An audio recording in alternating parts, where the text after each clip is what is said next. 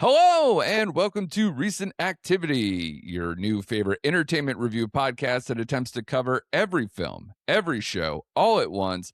I am your co host, Andrew Morgan. With me, as always, he'd like to file a cancel request. It's Shane Beauregard. How are you, sir? I'm doing great, buddy. Glad to be here as always. What's your one wish? You got anything on the brain right now? Or are you just straight up doing the Ian where just money falls out of the sky? I'm doing Ian. Money falls out Yeah. of the sky. $1 billion. It's Let's gotta go. be, right? Right. Yeah. Because it's easy to just be like, that's almost like the cheat code of like Yeah. granting yourself All the more wishes you want. right? Yeah. Yeah. It's simple. Don't come for my taxes. But good to see you, sir. I just want to kind of do a primer up front where we never did like a summer movie preview kind of a episode. Correct. Sometimes we'll do that. It's been so busy. I feel like we just went like, all right, we'll just cover it as it goes because it's so weird in terms of the structure. But here's what I'll say.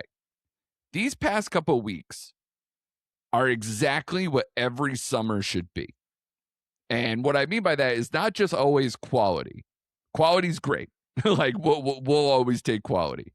But just looking at like the box office, seeing stuff with legs, meaning your Michael, your Devil Wears Prada 2, Project Hail Mary, things of that ilk, still making money, still at the top of the box office weekend, still having people really getting into it. But then also having counter programming, like a lot of the stuff we're going to talk about, where smaller movies can break through and they're making money almost off the backs of these other blockbusters. Like people are like, oh, I've either already seen it or it's too overstocked, or sold out, whatever. And I'll go see this other thing because there's the showtimes match up. People are just going to the movie, Shane. And that's the point. There's a lot for everybody. And I think they're just going. So we're going to cover on the show today Obsession, the new horror movie that was kind of a breakout hit from TIFF in 2025 and carried over to South by Southwest in 2026 and had a good weekend as far as the box office and the critics stuff and everything else. So we'll see how we feel on that. Guy Ritchie's new movie In the Gray didn't light up the box office, but we both saw it, so that's all that matters. So we will tell you whether you should try to run out and see it before it hits home video of any sort, PVOD. And Is God Is, which is another movie that didn't make a lot of money. I don't know if it was as wide as those other two, but was it around you, Shane? It was. Yep. Yeah, so I think that's usually the good barometer. If it's around me and around you, then it went wide enough. So I will cover that one as I saw that one over the weekend as well. But do you agree with me, though, Shane, that this is like such a promising sign? Like the box office returns are up, the movies are good, like people are just out. I had a lot of like, oh, that movie's sold out, I have to go to a different one. Yes. And I also noticed that they started dropping like the 10 o'clock a.m. shows like they did during the summer. That's the post-May weekend thing, for sure. I love it. And that indicated to me, you know what? It's summertime. It's movie time. Let's go. I love it. I know. It's my favorite time of year when I can like take a Friday off, just no kids, no nobody, and just go to the movies at 10 a.m. and then ease have the into rest my of the day to yourself. Yep. Yeah. It's perfect. Nothing better on that, man. I agree. Absolutely. So let's start with Obsession, Shane. And I'll get to other horror stuff coming up as we move along here. But I always like to do kind of the check-in whenever we get a new horror movie, where it's like, what do you think of the year so far? You see what's coming ahead. And if you get something good, you kind of feel like, man, is this a good horror year? Do you feel like it's a good horror year? Like even before we got into Obsession here? Yeah, so far I think it's been sneaky good this year. Like January, February releases, March, like it's been a good year and we still got plenty to look forward to. So it's funny. It's just like, yes, we do like horror, right? But it feels like we mainly talk horror January and October. But it seems like they just been seeping horror out throughout the year continuously, where it's like, we need to cover horror films. I feel like we cover horror Yeah. films more than any other genre. Yeah, and they've now made it a solid attempt to kind of they to me, like, horror should be a summer blockbuster kind of a thing, or at least like an attempt. Like, it's a date night feeling. I don't know why they feel like they have to bury these, but now that they're finally making so many of them, they kind of have to do this without, like, they don't have a choice, because Right. if they want to release all of these, they can't just put them in like 2-3 months out of the year. So I think we're going to get a bonus too with Werewolf probably being put in the Nosferatu spot at the end of the year. I don't know if they put the Yep. official release date out on that. So we're going to get it all the way through, and I appreciate it. And there's so many that I want to see, and we'll talk about that as we go. But let's start with Obsession. This is directed by and written by Curry Barker, starring Michael Johnston of Teen Wolf as Bear, Indy Navarrete from Superman and Lois as Nikki, and Cooper Tomlinson, who's a longtime collaborator on the sketch channel That's a Bad Idea with Curry Barker as Ian. And this movie, like I mentioned before, was like, TIFF's Midnight Madness thing back in 2025. Made some noise, was up for the People's Choice Award that they have there. They used to call it the Grolsch. I don't know what they call it, just the Audience Award, whatever. It was entered in as a nominee for that, and then went to South by recently for 2026. I told you this. I don't know if I said it on the pod. I had a feeling this one could be this year's Talk to Me, or even possibly as big as Smile. Yep. It doesn't have like the full big studio backing like a Smile did, so I didn't think it was going to do that much money, or at least not right away. But Shane, it landed right between them as far as like an opening weekend. It had a bigger opening weekend than Talk to Me did. And this, but not as big as Smile. But again, like I said, to be expected, as it's a smaller film with less star power. Although I do not want to sell Andy Richter short, but of course, I don't think a lot of people even knew he was in this beforehand. I will say for this film, it's a movie. I'll just roll with the plot. After breaking the mysterious One Wish Willow to win his crush's heart, a hopeless romantic finds himself getting exactly what he asked for, but soon discovers that some desires come at a dark, sinister price. I feel like this movie, it's gotten like huge audience response, good critical as well. But the audience response, when I saw it had like a 4.2 or whatever on Letterboxd, I was like, holy crap. Especially considering, like we mentioned, some of these really good horror movies that we've had this year and last year or whatever. And if you take that kind of a score, that's bigger than a lot of these movies. And so it came with a lot of expectations. I feel like this one was interesting because you could tell that Curry Barker does come from a sketch and comedic background, as well as, obviously having a penchant for horror stuff. I felt this was like very darkly humorous. I think I actually laughed more than I was like, feeling like my skin was crawling. I think people were telling me that this was like genuinely like really, really scary. I think there were some moments. I don't want to downplay that. In fact, I can get to some particular ones that I was like, woof, that was good. But for a guy who's making his, feature debut, really, especially on a bigger studio level, this is really good, and has some really good cinematography, excellent performances. I think the performances, as well as some of the actual creepiness to it in terms of the lighting and the cinematography and some of the shots they set up and some of, the situational horror that they set up. I like that probably the most out of this, especially the one who played Nikki, Indy Navarrete. But what did you think about it? I have some more here, but I want to know your general impressions, because it seems like you like this quite a bit. I did. Um, it was very well done. And I go back and forth because I was trying to nitpick it here and there, and I didn't have a lot to come up with. But I agree with you. It was funnier than scary. There were some chilling moments for sure, Yeah. especially the moments where she was standing in the corners of the room and the way she was moving.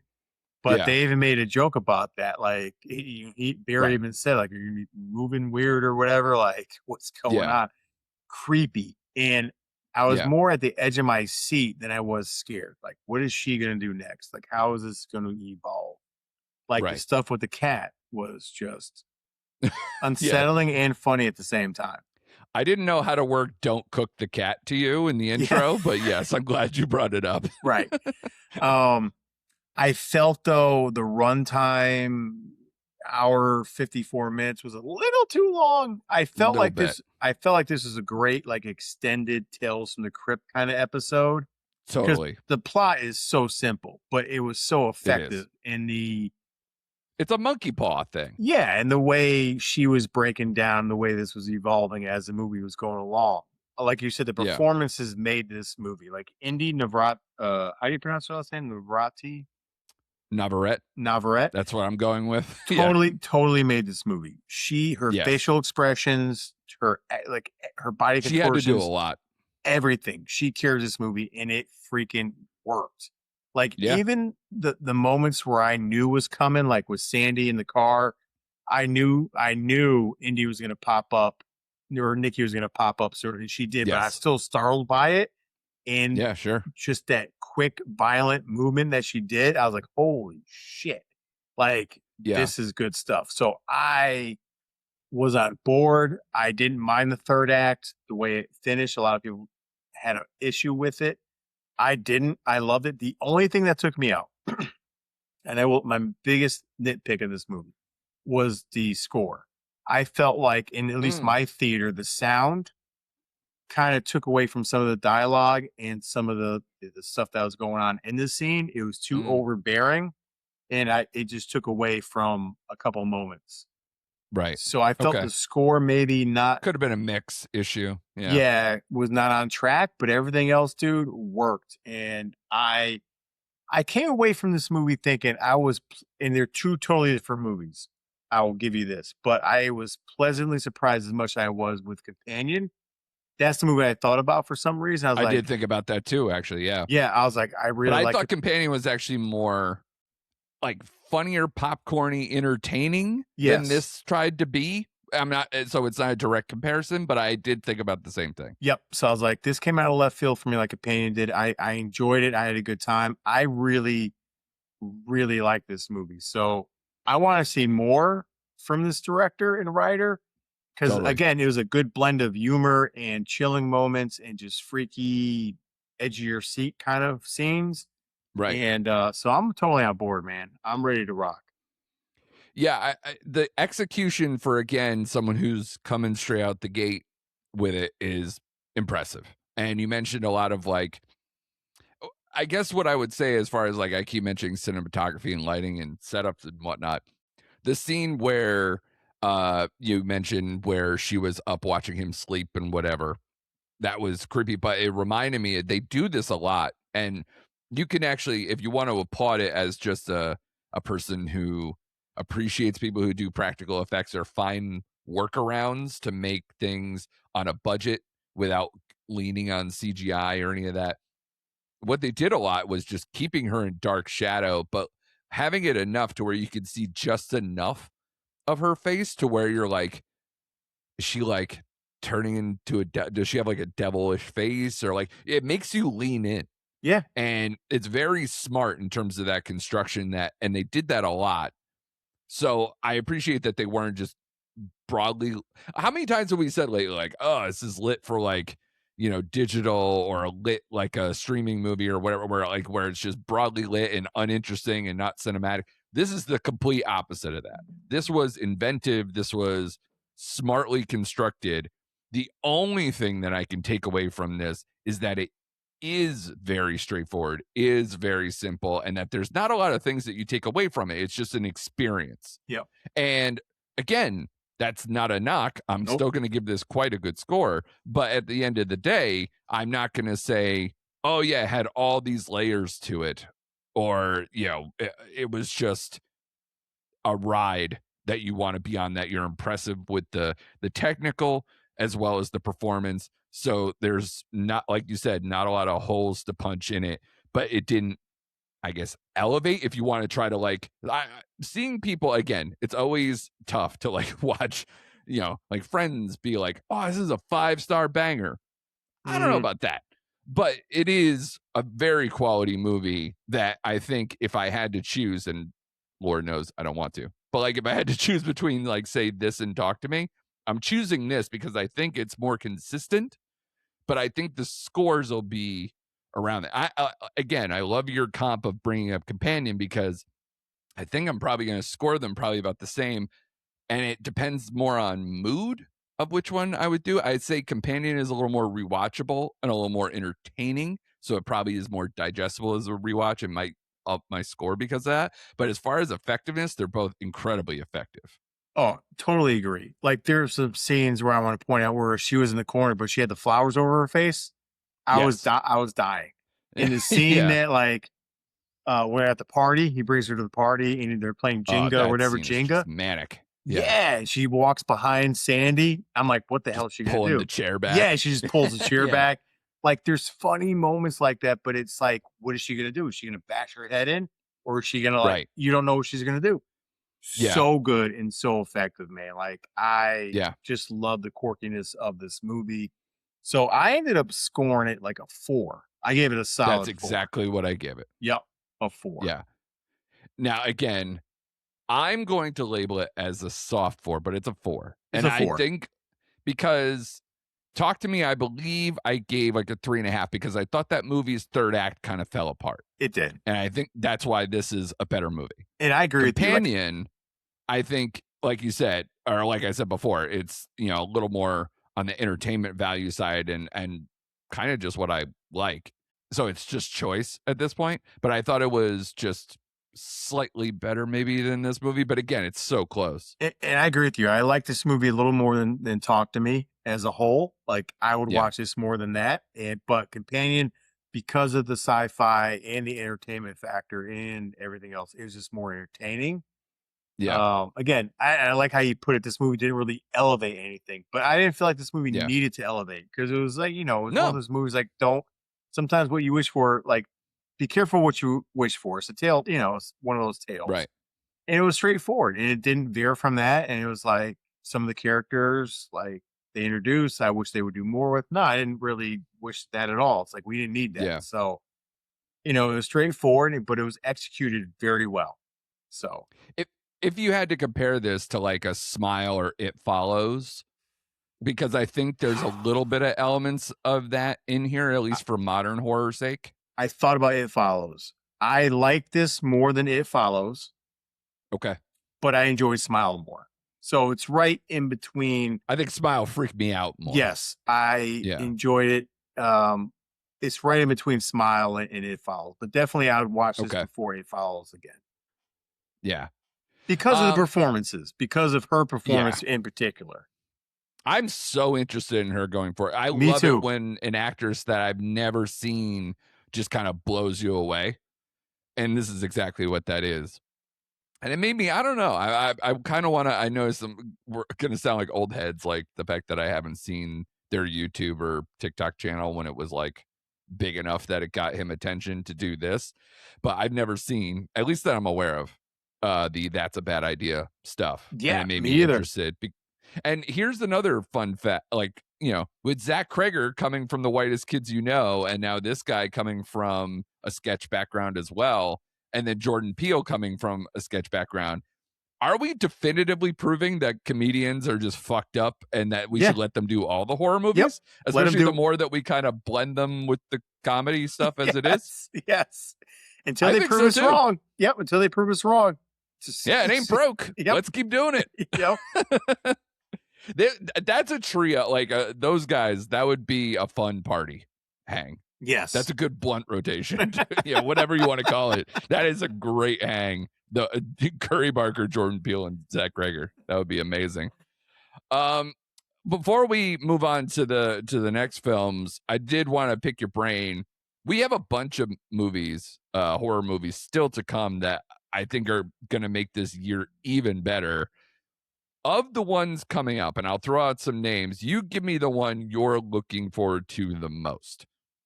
We mentioned Zach Kreger, the trailer for Resident Evil's out there. Backrooms is coming, what, in 2 weeks? Yep. A week? 2 Something? weeks. Yep. 2 weeks. Passenger is next week. I don't know if that's limited or wide. Leviticus, Werewolf, Clayface. It's obviously DC tinge, but it looks very horror. The Buddy, which is kind of almost child playish, but a little bit. Or no, sorry, it's children's TV show thing that's bent on that one. And then Saccharine I've seen as well come out of like the festival stuff. Do you have one that you're leaning towards? I mean, it's a little bit of a cheat code to say Zach Kreger, but what do you got? It is Zach Kreger. It is Resident Evil. Yeah.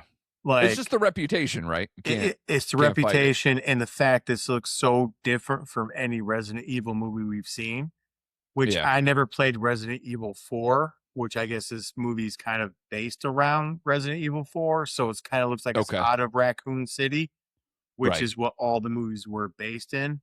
So, but just based on his reputation, based of coming off of everything he's done and weapons, and I'm like, okay, like I was hesitant that he's doing mainstream. I think we both said that in this podcast. Like, really, he's dipping in the IP. But this trailer, I'm like, okay, like, let's freaking go. So it's between that and honestly, Clayface for me, because it's a body horror. Yeah, that trailer's it just, for a superhero or DC Marvel, it just looks like it's going to go completely different and dark and horror-ish, which would be fascinating because we've never dealt with that in any kind of comic world. Right. So those are the two for me that I'm most interested in. Yeah. I mean, honestly, almost all of these I'm looking forward to on some level. A lot of trailers have been out for some of these, as a lot of them are coming up. But yeah, we loved Nosferatu. Yes. And Werewolf bringing back a lot of the cast. My boy. And obviously, the same director, same everything. So like, can we do it again is always very tempting. It's the same premise of thinking about like Zach Kreger. Can he repeat, now that he's like 2 for 2 and improving? So what are we going to get there? Backrooms is one of those I'm like, man, I really hope that it's like the hype that's been around it is like going to really work out. Passenger, I'm like, I'm hoping it doesn't do like, how many times did I say like, oh man, I think, what was it, Undertone? And I was like, oh yeah, Psycho Killer looks good. And it got panned. Yep. And there's a bunch of these ones where I'm like, fuck. The trailer was so good.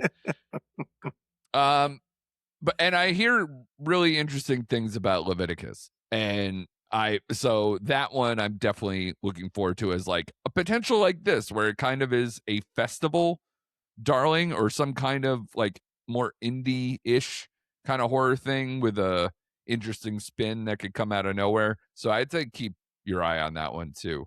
Buddy and Saccharine feel like that like lower tier, but could be fun. Yeah. Especially I think Buddy, if I'm not that Christine Maloney or Maloney, whatever. Yeah.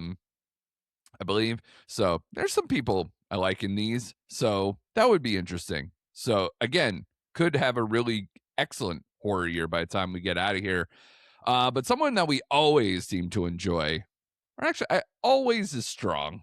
There are some outliers, but generally speaking, Guy Ritchie serves us right in some way. His latest, In the Gray, is out in theaters now. It stars Isaac Gonzalez, Henry Cavill, Jake Gyllenhaal, Rosamund Pike, and Fisher Stevens, who, no matter what he does, will always be the guy from Short Circuit. Yes. Because we are that age. It will never change. He's been in like 4 Wes Anderson movies. I'm like, cool. Short Circuit for you. Sorry, bud. It's going to happen. This film is about a covert team of elite operatives who are living in the shadows when a ruthless despot steals a $1 billion fortune. They're sent to take it back, an impossible heist that erupts into a deadly game of strategy, deception, and survival. For me, Shane, this movie, I didn't know what to expect because we've had movies like this from Ritchie. I think about Operation Fortune, where I was like, I love a lot of these people. It's Guy Ritchie. Sign me up. And that movie disappointed the hell out of me. And so this one, I was like, I didn't get a lot from the trailer. So I was hoping for the best, but I was just like, I don't know. It has very little fanfare. This could go either way. I will say by the time I left that theater, this movie ends so strongly that it like went from like, this is kind of to, oh crap, by the time I left that theater. And I had a good time. So what do you say about I In the am Gray? glad you said that. I feel like Guy Ritchie made this movie for me and me only. Quite possible. Right? So Yeah. this movie has been panned by critics. I think it's sitting at 42% Is critic that score. right? Yep. Mm, But it has an 88 audience score on Rotten Tomato right right. now. I love this movie. It was to the point. The plot was simple. Again, this is another simple plotted movie where if it's executed well, the plot doesn't matter. And it didn't, because it's about extracting or getting $1 billion back from this guy. That's the plot. Right. These Yeah. two characters, Bronco and whatever Henry Cavill's name was, Sydney, I think it was Sydney. Sure. You get a little bit of their background, like she rescued him from jail. That's why they have her back. It's fine. Right. I love the pairing of Gyllenhaal and Cavill. I liked the way they play off each other. I thought Gyllenhaal was really cool in his delivery. And the whole homophobic jokes between the two worked. I thought his delivery was great. The action was great, and the third act was fantastic. It's short, it's sweet, it's to the point. I love this movie. I liked it better than the Ministry of Ungentlemanly Warfare. Ungentlemanly Warfare. Yeah. Right? I did. Yeah. Right? So Guy Ritchie, like you said, like for me, he's been more in the pocket than out of the pocket lately because The Covenant was good. In fact, I thought it was great. This movie is good. The Gentleman was really good. So like to me, he's been more back in his bag than out of it. Yeah. And this movie again was just simple, but just executed really well. And I don't know if you noticed, but did you catch Jake Gyllenhaal's last name in this movie? No. Beauregard. Oh, I did. Yeah. Absolutely. Yeah. I did catch that. I apologize. Yeah. Yeah. Excellent. Yeah. Excellent. Of course. Yeah. So it's written for you. Yes. Possibly by you. You could have done some ghostwriting. I don't know. So I just like you. I left this movie just very entertained. I was like, this is a very entertaining movie. I like the whole plan and procedure parts. Typical Guy Ritchie. Like the person I saw this with, she was like, I don't know, it's kind of a slow burn. And I'm like, no, not really, because I was intrigued in the whole plot and the whole planning process of everything. And Gonzalez's deception, how she's manipulating, cutting off his plane, his boat, and taking all his assets away to get him to come to her. So I was intrigued from moment one of this movie. I think the movie, I appreciate the thought of us saying it's a slow burn. How I would characterize it is I think you could get overloaded with plot details, the plan staging, and the posturing by the kind of leads on either side of the coin there, having their meetings and, doing all these things. I think you could get overloaded with that and maybe get a little bored because you're kind of just, it kind of seems too easy. Like she's so good at this. He's just kind of letting things happen. There's not a lot of like back and forth. Right. Like there's no assertion. In fact, our boy from Game of Thrones there as the security goon, he seems so badass in the first 5 minutes, and they just kind of pull the cord on him that he doesn't really meet that moment again ever. You could say for a long time or ever. So that I feel like when you have like kind of a punchless villain, a security team that's a little ineffective or whatever, that can get to be where maybe you get a little bored, maybe it like loses a little flavor. But again, I think this movie ends so well because of all that work that they do.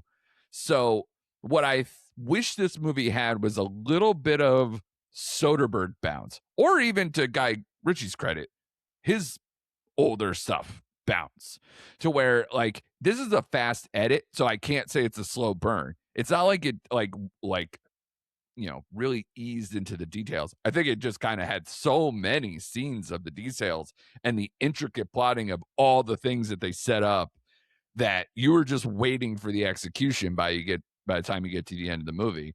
But it pays off because all that stuff is dope as hell. Like the trap of the car in the road, the going from each extraction point to the next, and things going wrong, and them having to run away, and the motorcycles and like every single thing. Like, I don't know what the budget was on this one, but it operates as like a big budget actioner. But I don't think it was, because you would think they would have put a little more marketing, a little more something in here.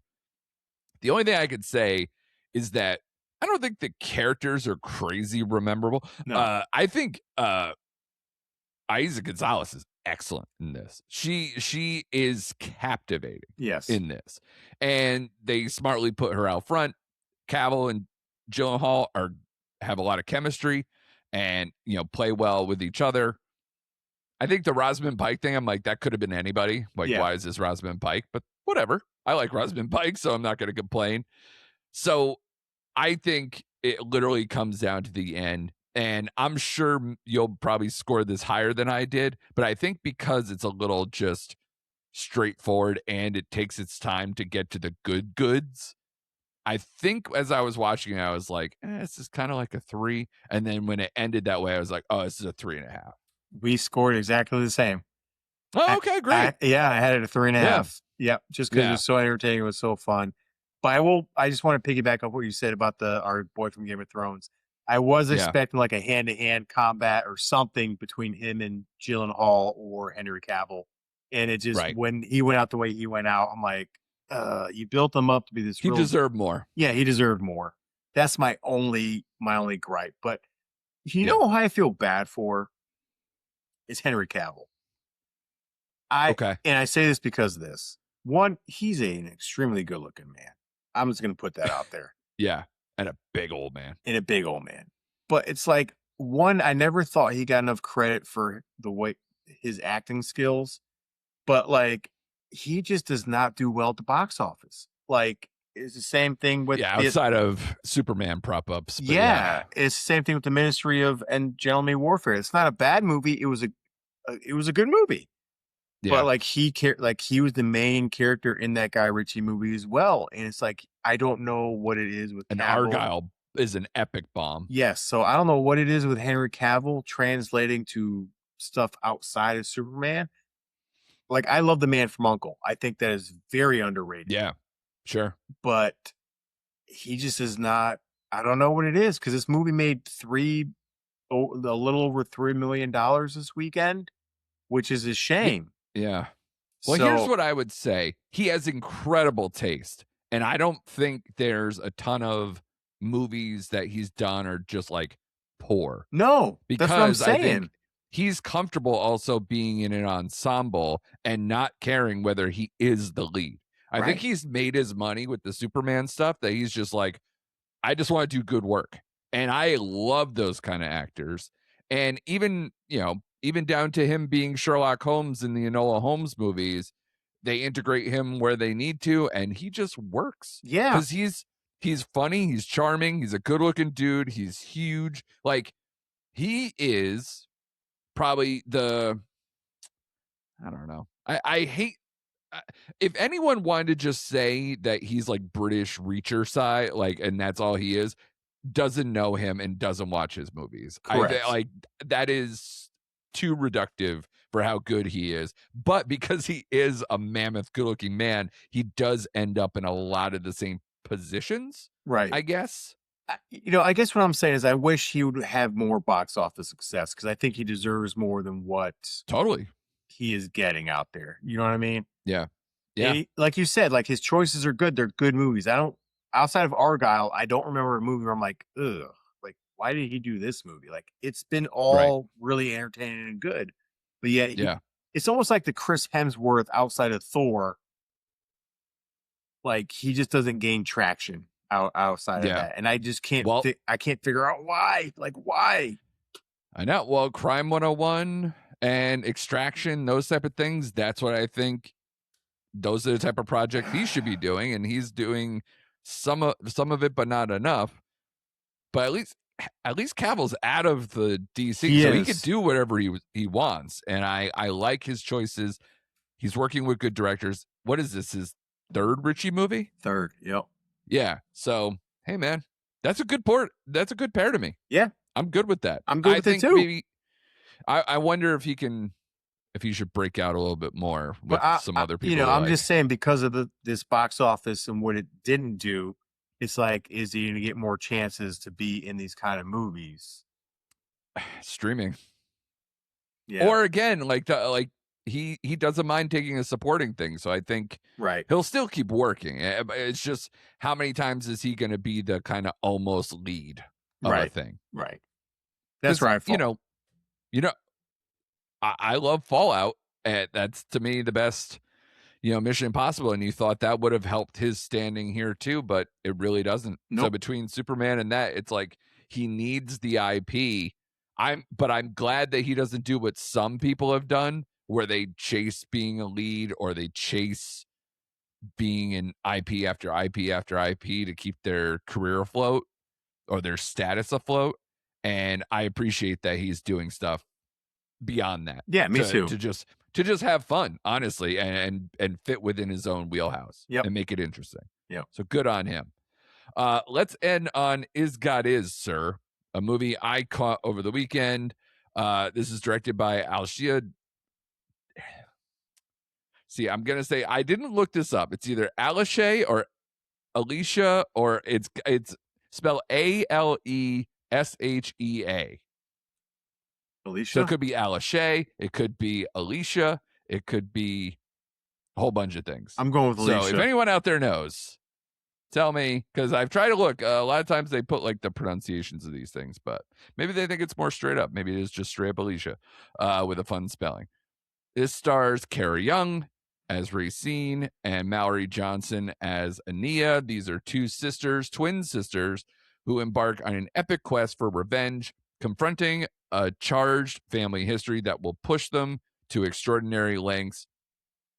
This is basically a straight up revenge story, man. And another thing where we were talking about, this is kind of a theme with these three movies. It's like the plots might be simple, but it's all about performance and chemistry and how much you want to ride with these people. And these two sisters carry this movie impressively well. They have a good supporting cast here with Sterling K. Brown, one of my favorite dudes. Obviously, you're on the Paradise Train, but even just like This Is Us or American Fiction, or he's in my favorite episode of Brooklyn Nine-Nine.